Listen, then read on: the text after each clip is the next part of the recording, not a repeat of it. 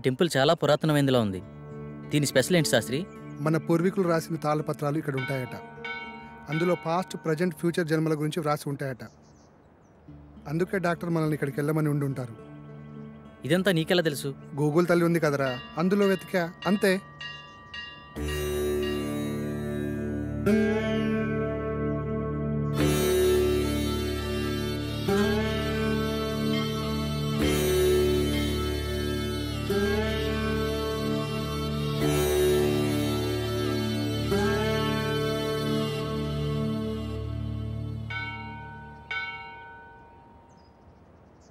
పూజారి గారు ఎక్కడండి?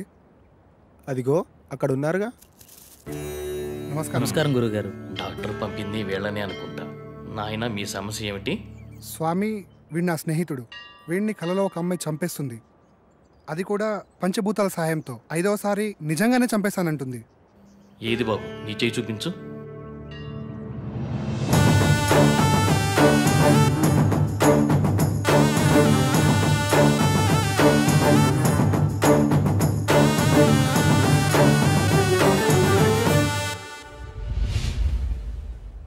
ఒక్క నిమిషం ఇక్కడే ఉండండి.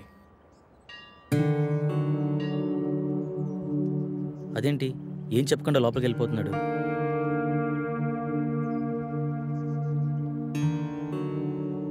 ఇదిగో బాబు, నీకు సంబంధించిన తాళపత్రాలు. భూత, వర్తమాన, భవిష్యత్తులు ఇందులో రాసి ఉన్నాయి. ఈ పెట్టేంటి స్వామి? ఈ తాళపత్రాలతో పాటు ఈ పెట్టెను కూడా మీకివ్వమని ఇందులో రాసి ఉంది. ఇది మీకు ఉపయోగపడుతుంది. అవునరా, ఇందులో అదే రాసుంది. మీకు గ్రంథకం చదవడం వచ్చా బాబు? వీడు ఇండియాలో అంతరించిపోతున్న భాషలపై రీసెర్చ్ చేస్తున్నాడు స్వామి. అలా వీడికి అన్ని భాషలు వచ్చు. అలాగా, మంచిది నాయన. మీకు విషయం చెప్పడం మర్చిపోయాను. ఈ పెట్టెను అమావాస్య నాడే తెరవండి. ఇంకో 2 రోజుల్లో అమావాస్య వస్తుంది. ఆ రోజు మీ కార్యక్రమం మొదలు పెట్టండి. అంతా మంచి జరుగుతుంది. శుభం భూయాత్.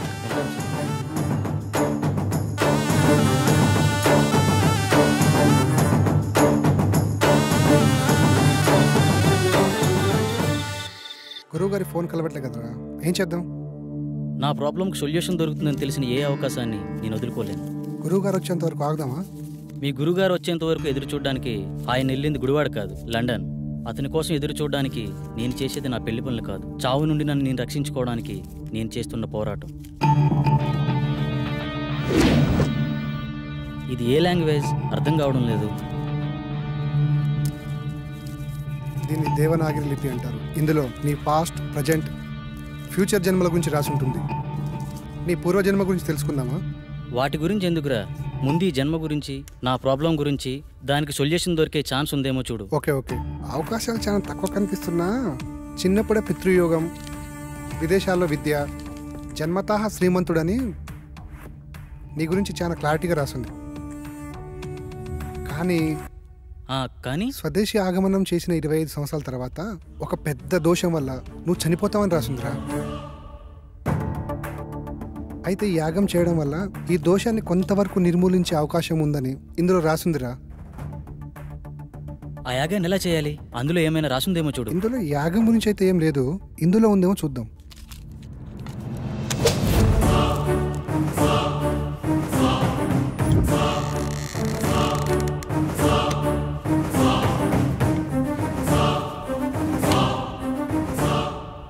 ఎస్, దీంట్లో యాగం ఎలా చేయాలో రాసుందిరా.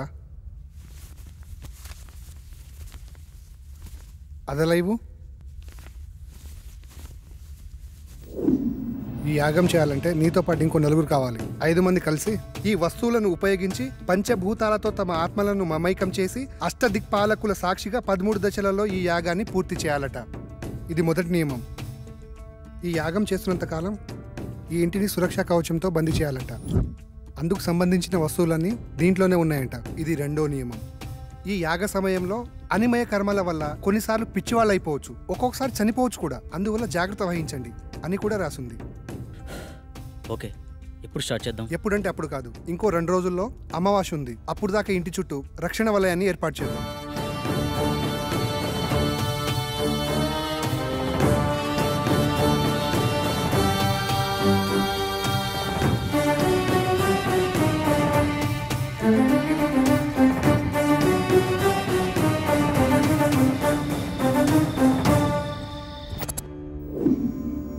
చెప్పు, ఏం చేయాలి?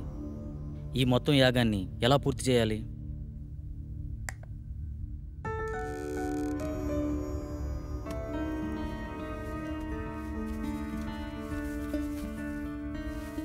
ఇదే మొదటి దశ. ఇది అగ్నిదేవునికి సంబంధించింది. నీ ఆత్మని అగ్నితో మమైకం చేసే దశ. మొత్తం రాస్తుంది కానీ చివర్లో ఈ అక్షరాలు అర్థం కావట్లేదురా. ఇప్పుడు చేసేదాని గురించి చెప్పరా, మిగతాది పని అయితే చూద్దాం. ఈ వెలగని కాగడాన్ని అగ్నేయ దిశలో ఉంచి అందులో ఈ నల్ల పసుపు వేసి ఇందులో ఉన్న మంత్రాన్ని జపిస్తే యాగం పూర్తయ్యే లోపల ఈ కాగడ వెలుగుతుందంట. వినడానికి సిల్లీగా లేదు. అంతే, మానవ నైజం. జరగలేదనుకో మూడో నమ్మకం అంటాం. అదే నిజంగా జరిగిందనుకో మ్యాజిక్ ట్రిక్స్ అని కొట్టిపడేస్తాం. ఇందులో ఉండే కెమికల్ రియాక్షన్ వల్ల అలా జరిగింది ఇలా జరిగిందని చాలామంది మేధావులు మేధావితనంగా చెప్తూ ఉంటారు. అక్కడ ఒక లాజిక్ మిస్ అయ్యారు. ఆ కెమికల్ అక్కడికి ఎలా వచ్చింది, దాన్ని ఎవరు సృష్టించారు, ఆ విధంగానే ప్రవర్తించాలని ఎవరు నిర్ణయించారు? అంటే దాన్ని బట్టి ఏదో ఒక శక్తి ఉన్నట్టే కదా. మహానుభావ, అర్థమైంది. ఇక చాలు. చదువంటే బోరు కొట్టి రీసెర్చ్ పేరుతో ఇండియాకు వచ్చి ఏదో హ్యాపీగా ఉందామనుకుంటే ఈ రూమ్లో నువ్వు, ఆ కళలో అది నాకు రకరకాల సబ్జెక్టులు నేర్పిస్తున్నారు. అది చాలక బోనస్ కింద అప్పుడప్పుడు ఈ సుప్రభాతం మొదలుపెట్టావు. స్టార్ట్ చేయి.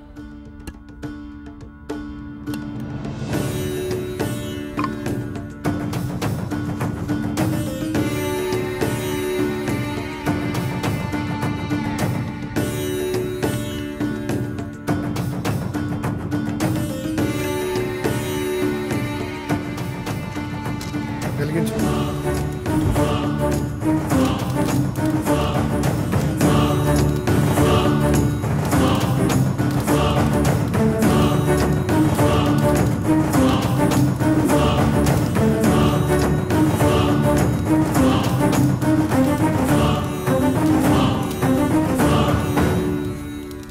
ఇంతసేపు అయినా వెలగట్లేదేంట్రా? ఇందాకేదో పెద్ద పెద్ద డైలాగులు వేసావు కదరా, ఇప్పుడేమంటావు? మీలాంటి జ్ఞాన సంపన్నులు అప్పుడప్పుడు మాలాట వాళ్ళని కూడా నమ్మాలి. ఇంకా ఎందుకు ఈ కాగడా, తీసి పడాయిక.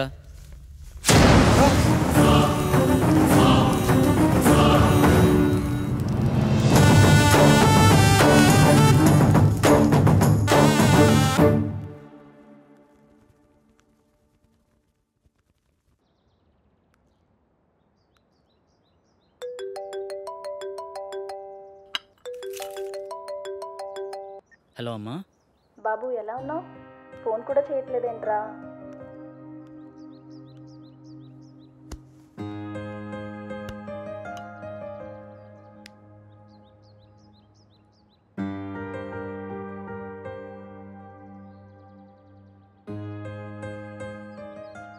ఇక్కడ నా పని కాగానే వచ్చేస్తానమ్మా. ఓకే, బాయ్ అమ్మా.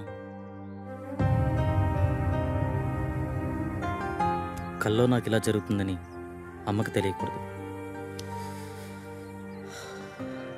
ఏం చేయాలి?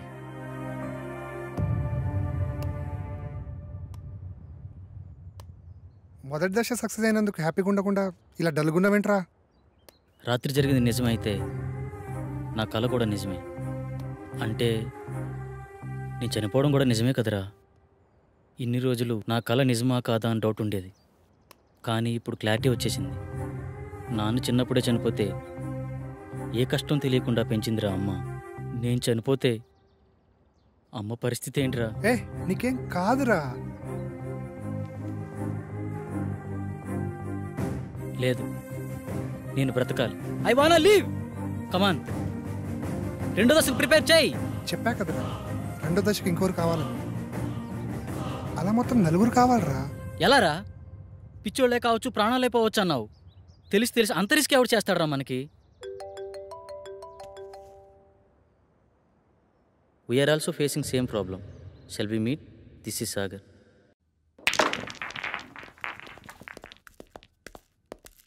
హే hi. Hello. Hi. Hello. Hello. తన పేరు సంగవి. మేమిద్దరం త్వరలోనే పెళ్లి చేసుకుందాం అనుకుంటున్నాం. కానీ మాకు ప్రాబ్లం ఉంది. ఆ ప్రాబ్లం గురించి ఎవరికి చెప్పినా చాలా సిల్లీగా ఫీల్ అవుతున్నారు. స్వామీజీని, సైకాట్రిస్టులని కలిసాం, కానీ పని అవ్వలేదు. కనీసం వాళ్ళకి మా ప్రాబ్లం కూడా అర్థం కాలేదు. కానీ మీ ప్రాబ్లం మా ప్రాబ్లం చాలా దగ్గరగా ఉంది.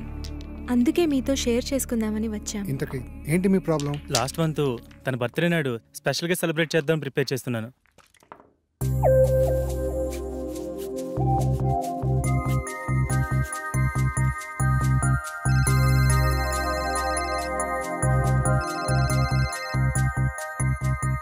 త్వరగా రా డార్లింగ్. వస్తున్నా. నువ్వు ఫోన్ కట్ చేసేలోపు అక్కడ ఉంటా. ఓకేనా?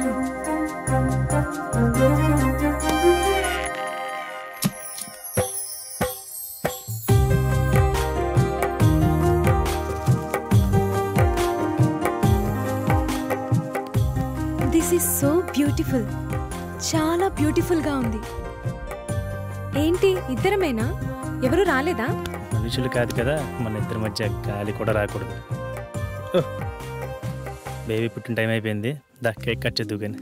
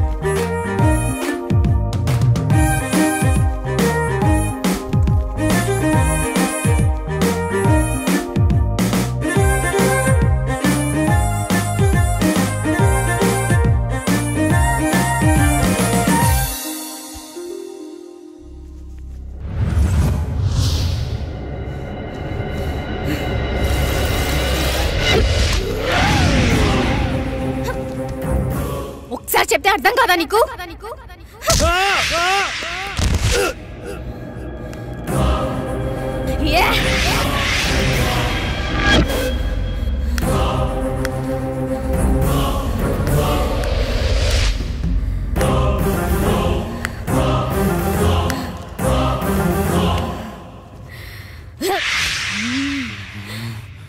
ఆ స్టైల్లో చెప్తే కానీ అర్థం కాదే.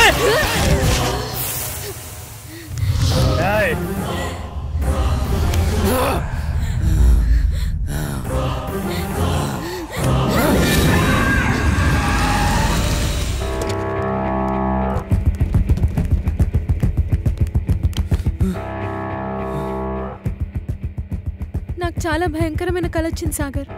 సేమ్ నాకు కూడా అలాంటి కల వచ్చింది. నాకెందుకో భయంగా ఉంది సాగర్. భయపడకు, నేనున్నాను కదా, ఏం కాదు.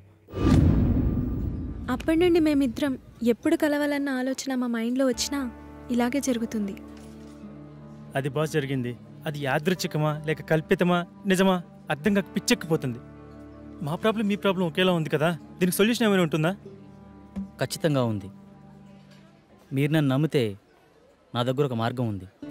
నమ్మకపోవడానికి మా దగ్గర వేరే ఛాన్స్ లేదు భయ్యా. వచ్చిన ఏ అవకాశాన్ని వదులుకునే స్థితిలో మేము లేము. ఇంతకీ ఏంటా మార్గం?